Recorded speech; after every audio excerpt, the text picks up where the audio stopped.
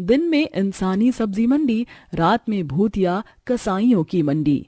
किशनगंज गांव एक ऐसा गांव है जहां की सब्जी मंडी बहुत मशहूर है। कहा जाता है इस मशहूर मंडी की हरी भरी ताजी सब्जियां जो खाता है वो भी पछताता है और जो नहीं खा पाता वो भी पछताता है। आखिर क्या रहस्य है इस सब्जी मंडी का, चलिए मिलकर जानते हैं। अरे भगवान, कहाँ हो तुम? हरी भरी ताजी सब्जियों का बोरा दे दो, सब्जी मंडी में जाकर मंडी भी लगानी है। हाँ हाँ, ला रही हूँ। अच्छा मेरी बात सुनिए, रात होने से पहले उस सब्जी मंडी से वापस घर लौट आइएगा, नहीं तो फिर आप जानते हैं ना उस सब्जी मंडी के बारे में। हाँ हाँ, मैं आ जाऊंगा, तुम चिंता मत करो। अब किशोर ठेले पर सब्जियां लेकर सब्जी मंडी जाता है, जहां किशोर की तरह गोपाल, बलदेव, सीमा, चंपा जैसे अनेक पुरुष स्त्रियां मंडी में बैठकर सब्जियां बेच रही होती हैं। 2 किलो टमाटर 40 रुपए, ताजा ताजा लाल लाल टमाटर भरो। आइए आइए, हमारे पास आइए, हमारी हरी भरी ताजी सब्जियां खरीद कर ले जाइए।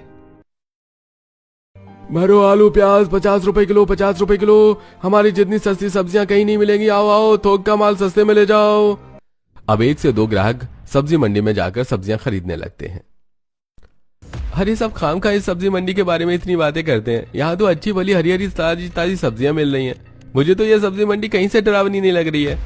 भैया ये ताजा ताजा लाल टमाटर 1 किलो कर दीजिए। मेरे लिए भी ये हरी भरी ताजी सब्जियां 1-1 किलो कर दीजिए। हाँ हाँ भाई साहब, बिल्कुल बिल्कुल, अभी कर देते हैं। कुछ देर बाद, अरे बाप रे, धीरे धीरे शाम होती जा रही है। मुझे रात होने से पहले इस मंडी में अपनी सब्जी बेचकर यहाँ से निकलना होगा, नहीं तो मैं कभी इस सब्जी मंडी से वापस अपने घर नहीं जा पाऊंगा। अब धीरे धीरे शाम होने लगती है और चारों तरफ अंधेरा छा जाता है और देखते ही देखते अब वो सब्जी मंडी एक भूतिया कसाई मंडी में बदल जाती है। चारों तरफ हड्डियां, इंसानों के कटे फटे शरीर, कसाईयों की सिल्ली, जिस पर वो इंसानों के शरीर को दरिंदों की तरह बूटी बूटी करके काट रहे थे।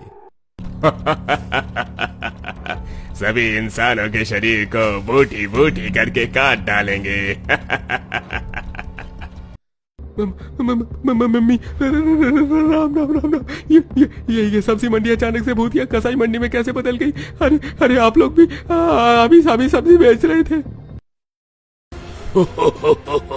लगता है इस गांव में नया है, तभी तो तुझे इस मंडी का रहस्य नहीं पता। ये मंडी दिन में इंसानी सब्जी मंडी होती है और रात में भूतिया कसाईयों की मंडी। ये भगवान, मेरी पत्नी ने मुझे मना करा था इस सब्जी मंडी में बेचने के लिए, लेकिन फिर भी मैं आ गया। मुझे यहाँ से जाना होगा। अब किशोर की तरह और भी लोग उस मंडी से भागने की कोशिश करते हैं, लेकिन वो बहुत चुड़ैल। चाहकर भी अब तुम इस भूतिया कसाईयों की मंडी से बाहर नहीं निकल पाओगे। नहीं, हमसे गलती हो गई। हम तो बस यहाँ अपनी सब्जियां बेचने आए थे, हमें जाने दो। हमें नहीं पता था कि दिन में ये इंसानी मंडी, रात में भूतिया कसाईयों की मंडी बन जाती है। हमें जाने दो, हमें जाने दो। अरे जाने दो, हमें छोड़ दो।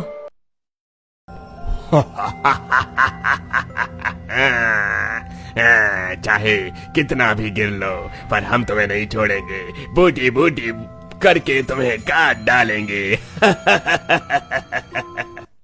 अब वो भयानक भूत मंडी में आए मासूम ग्राहकों को दरिंदों की तरह बड़ी बड़ी छुरियों से काटने लगते हैं और उनके मांस को खाने लगते हैं। आज हमारी भूतिया कसाई मंडी में काफी लोगों की बलि चढ़ गई। आज तो दावत होगी, दावत।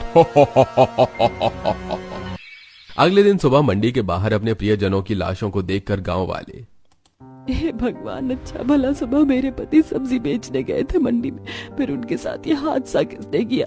मैं रात भर इनका इंतजार कर रही थी, पर मुझे नहीं पता कि सुबह मुझे अपने पति की लाश देखने को मिलेंगी। मेरा भी बेटा सब्जी लेने गया था मंडी में। मैं शाम तक अपने बेटे का इंतजार करती रही। मुझे लगा दोस्तों के साथ कहीं चला गया होगा, लेकिन देखो मेरा बेटा भी मौत के घाट उतरा हुआ है। कैसे इसके शरीर को काट काट कर फेंका है। अरे क्या कहा मंडी? अरे तुम्हारी ही गलती है, तुमने उस श्रापित मंडी में अपने पति को भेजा ही क्यों सब्जी बेचने, और तुमने भी अपने बेटे को भेज दिया। तुम तो जानती थी ना कि वो मंडी श्रापित है। वो मंडी दिन में इंसानी सब्जी मंडी होती है, वहीं रात में भूतिया कसाईयों की मंडी बन जाती है, जो इंसान को छोटे छोटे टुकड़ों में काट कर खा जाती है।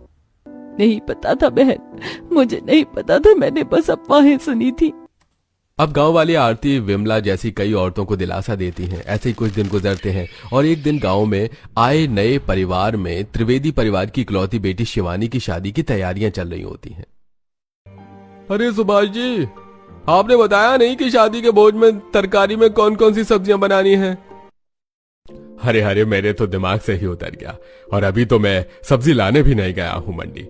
अच्छा, पहले मैं मंडी जाता हूं, सब्जी का मोल भाव करके आता हूं, फिर तो मैं बताऊंगा कि शादी के भोज में किन किन तरकारियों को बनाना है। ठीक है सुभाष जी, बाकी एक विशेष बात का ध्यान जरूर रखिएगा, कदीमा तो जरूर ले लीजिएगा, क्योंकि हमारे गांव के भोज में कदीमा बहुत फेमस है। हाँ हाँ, ले लेंगे, वो भी ले लेंगे। अनिकेत, शंकर, विशाल, कहाँ हो बेटा तुम तीनों? जी पिताजी, कहिए। क्या बताऊं बेटा, शादी की तैयारी में भोज की तो कोई अरेंजमेंट ही नहीं हुई है। चलो, सुना है इस गांव में कोई बहुत बड़ा मशहूर सब्जी मंडी है जहां सस्ती सब्जियां मिलती हैं। ठीक है पिताजी, चलिए चलते हैं। सुनिए जी, आप ये बार बार सब्जी मंडी क्या कह रहे हैं? माँ, हम सब्जी मंडी जा रहे हैं।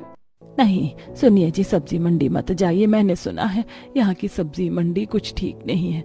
मेरा जी बहुत घबरा रहा है। अरे माँ, कैसी बातें कर रही हो आप? ये सब कुछ नहीं होता। और आप ना पड़ोस की औरतों के साथ बैठना थोड़ा कम कर दो, ये लोग कुछ ज्यादा ही अफवाहें फैलाते हैं। ठीक कहा बेटा तूने। चल, वैसे भी बहुत देरी हो रही है। अब सुभाष अपने तीनों बेटों के साथ सब्जी मंडी में जाता है, जहां सब्जी मंडी में हरी भरी ताजी सब्जियां मिल रही होती हैं। आइए आइए, हरी भरी ताजी सब्जियां खरीदिए। अरे इतनी अच्छी भली तो सब्जी मंडी लगी हुई है, फिर भी लोग इस मंडी के बारे में भला बुरा कहते हैं। अरे बेटा, जितनी मुंह उतनी बात है। चलो जरा सब्जियों का मोल भाव कर लेते हैं।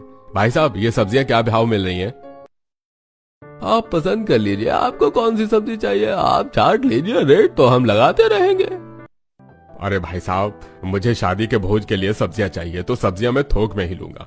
और मुझे कदीमा, गोभी, आलू मटर, शिमला मिर्च, बैंगन, टमाटर, प्याज, हरी मिर्च, धनिया सब चाहिए। धनिया, मिर्ची, टमाटर तो मेरे पास ताजा ताजा है, हमसे ले लीजिएगा। अभी तो मैं बहुत व्यस्त हूँ, इसलिए मैं आप लोगों से सब्जियां रात को लेकर जाऊंगा। आप लोग मैंने जो भी सब्जियां बताई हैं बस उनको 20-20 किलो तोल कर रख दीजिएगा। क्या कहा, रात को? अरे वाह, रात को तो यहाँ और भी ताजी सब्जियां मिलती हैं, आप जरूर आइएगा। जी ठीक है। इसी तरह कुछ देर बाद रात होती है और रात को सुभाष अपने तीनों बेटों के साथ सब्जी मंडी जाता है, जहां वो सब्जी मंडी एक भूतिया कसाईयों की मंडी बन चुकी थी। चारों तरफ अंधेरा होता है और मंडी से भयानक हंसने रोने की आवाजें निकल रही होती हैं। अरे ये गांव भी ना सबसे पिछड़ा हुआ गांव है, एक स्ट्रीट लाइट तो लगा देते, कितना ज्यादा अंधेरा हो रहा है और पता नहीं कैसी भयानक भयानक आवाजें आ रही हैं।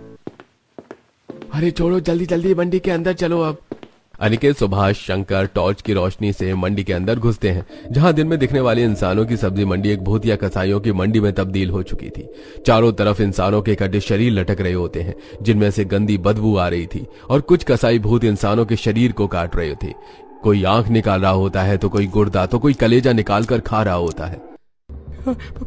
पिताजी, ये हम कहाँ गए? अनिकेत, विशाल, ये सब्जी मंडी थी ना? तुम लोग आ गए, हम तुम्हारा ही इंतजार कर रहे थे। तुम तो दिन में इस मंडी में सब्जियां बेच रहे थे ना? नहीं, हमें छोड़ दो बेटा, निकलो यहाँ से। सुभाष अपने दोनों बेटों का हाथ पकड़कर वहां से भागने की कोशिश करता है कि तभी भूतिया कसाई उन तीनों की टांगों को काट देते हैं। क्या सोच रहा है, इन कसाईयों को मंडी से आसानी से भाग जाएंगे? हरगिज़ नहीं।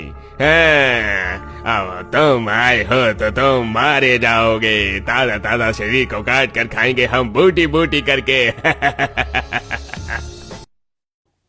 अब वो भूतिया कसाईयों की मंडी के सभी भयानक भूत अनिकेत, सुभाष, शंकर को बड़ी ही बेरहमी के साथ काट काट कर खा जाते हैं और बचे कुचे मांस को गांव के बाहर फेंक देते हैं। अगले दिन सुबह सुभाष की बेटी और पत्नी, हे भगवान, ये तूने क्या किया? मेरे सुहाग के साथ साथ मेरे तीनों जवान बेटे भी मार दिए। किस पाप की सजा दे रहा है भगवान तू मुझे? पापा, भैया, ये क्या हो गया? लौट आइए भैया। पापा, मैं आपके बिना कैसे जीऊंगी? शांत हो जाओ, अपने आप को संभालो। अरे तुम्हें अपने पति और बेटों को सब्जी मंडी में भेजना ही नहीं चाहिए था। सही कहा, वो सब्जी मंडी दिन में इंसानी सब्जी मंडी रहती है और रात में भूतिया कसाईयों की मंडी बन जाती है।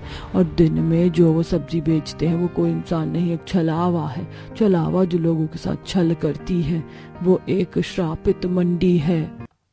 अब धीरे धीरे गांव में दहशत का माहौल बन जाता है। डर के मारे गांव के लोग सब्जियां खाना तक छोड़ देते हैं, और जो लोग गलती से उस सब्जियों को खा लेते हैं तो वो भी शैतानी भूत चुड़ैल बन जाते हैं और लोगों को कसाईयों की तरह मारने काटने लगते हैं। अरे छोड़िए मुझे, ये आप क्या कर रहे हैं? मुझे यूं कसाईयों की तरह क्यों मार रहे हैं? आ आ आ कसाई ही हूँ मैं, इसलिए तुझे कसाईयों की तरह मार रहा हूँ। मार दूंगा तुझे और फिर तेरे शरीर के एक एक अंग को नोच नोच कर खा जाऊंगा। नहीं, आप ऐसी हैवानियत कैसे कर सकते हैं? आप मुझे कैसे मार सकते हो? मैं आपकी पत्नी हूँ। दुर्गा गिड़गिड़ाती रहती है, पर उसका पति मोहन कसाईयों की तरह उसको छोटे छोटे टुकड़ों में काटकर खाने लगता है। गांव के लोग दूर खड़े खुले दरवाजे से ये सब देखकर, देखो, उस श्रापित मंडी की सब्जी खाकर ये भी कसाईयों की ही अपनी ही बीवी को काट कर खा गया।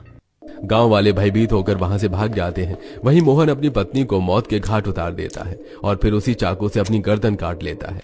ऐसी कुछ हफ्ते गुजरते हैं। तभी एक दिन एक अनजान लड़का कार में बैठे हुए, जहां तक मुझे पता है प्रदीप के घर का रास्ता यहीं से है, पर कुछ समझ नहीं आ रहा। ऊपर से ये सड़क भी इतनी अंधेरी और सुनसान हो रखी है, कुछ दिखाई नहीं दे रहा है।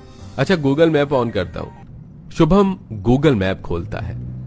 अच्छा, तो प्रदीप के घर का रास्ता एक सब्जी मंडी से होता हुआ जाता है। सब्जी मंडी भी ज्यादा दूर नहीं है। चलो गूगल मैप को देख देख कर चलता हूँ। अब शुभम मैप को देखकर जैसे ही सब्जी मंडी के पास पहुंचता है, उसकी गाड़ी खराब हो जाती है। वो गाड़ी से बाहर निकलता है कि तभी उसे भयानक भूत की आवाज सुनाई देती है। उसके सिर के ऊपर चील कौवे मंडराने लगते हैं और तेज तेज आंधी शुरू हो जाती है। हे भगवान, इस सब्जी मंडी का ये दृश्य इतना भयानक क्यों हो रहा है?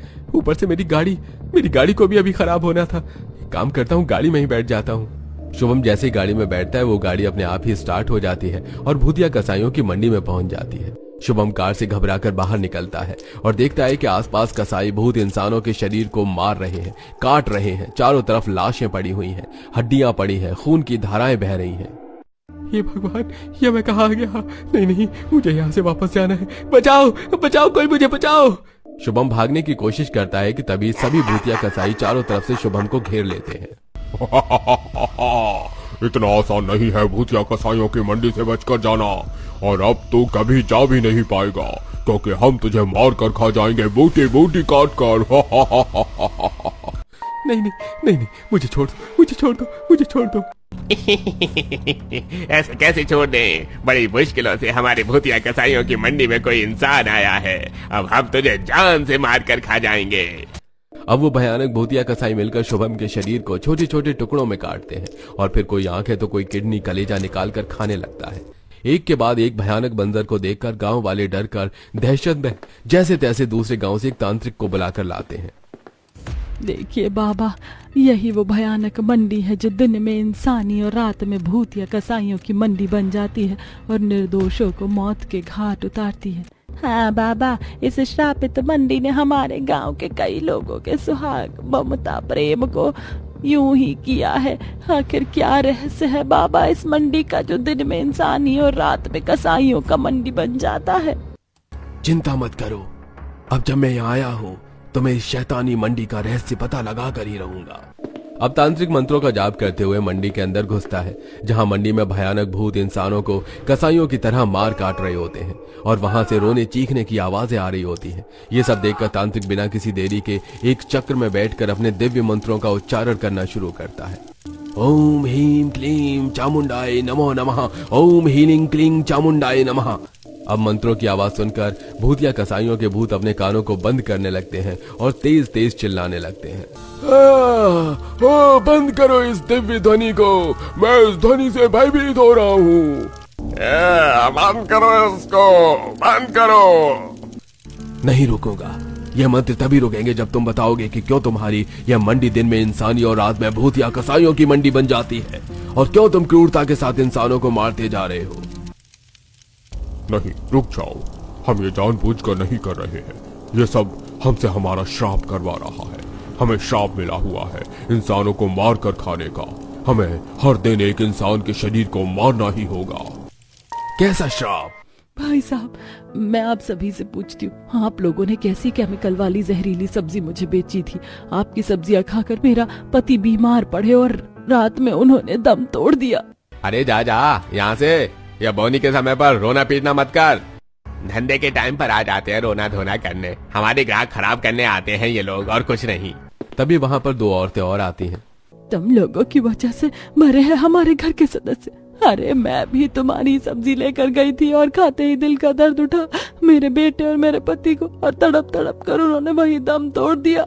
अब मंडी को चलाने वाला भोला, गोपाल, बलदेव, शेखर, अशोक, नीरज गुस्से में औरतों को मंडी से धक्का मार मार कर निकालने लगते हैं। हाँ, मार दो, हमें भी जान से मार दो, ऐसे धक्का मार मार कर देखना, भगवान तुम सभी को कभी माफ नहीं करेगा। औरतों के जाने के बाद, अरे शेखर काका, सब्जियों को ताजी करने के लिए तुमने दवाइयां मिलाई थी क्या वैसे? हाँ मिलाई थी। अरे मैंने भी मिलाया था और ये मुझसे ही ले गई थी सब्जी, पर बोनी के टाइम कौन गुनाह कबूल करे, छोड़ो जाने दो। अब इसी तरह चंद पैसों के लालच में भोला, गोपाल, बलदेव, शेखर, अशोक, नीरज सड़ी सब्जियों में ज्यादा से ज्यादा केमिकल मिलाकर ताजा करके बेचते। अनजान लोग उन सब्जियों को खाकर मौत के घाट उतर जाते, तो कुछ लोग वहां से सब्जी लेना बंद कर देते हैं।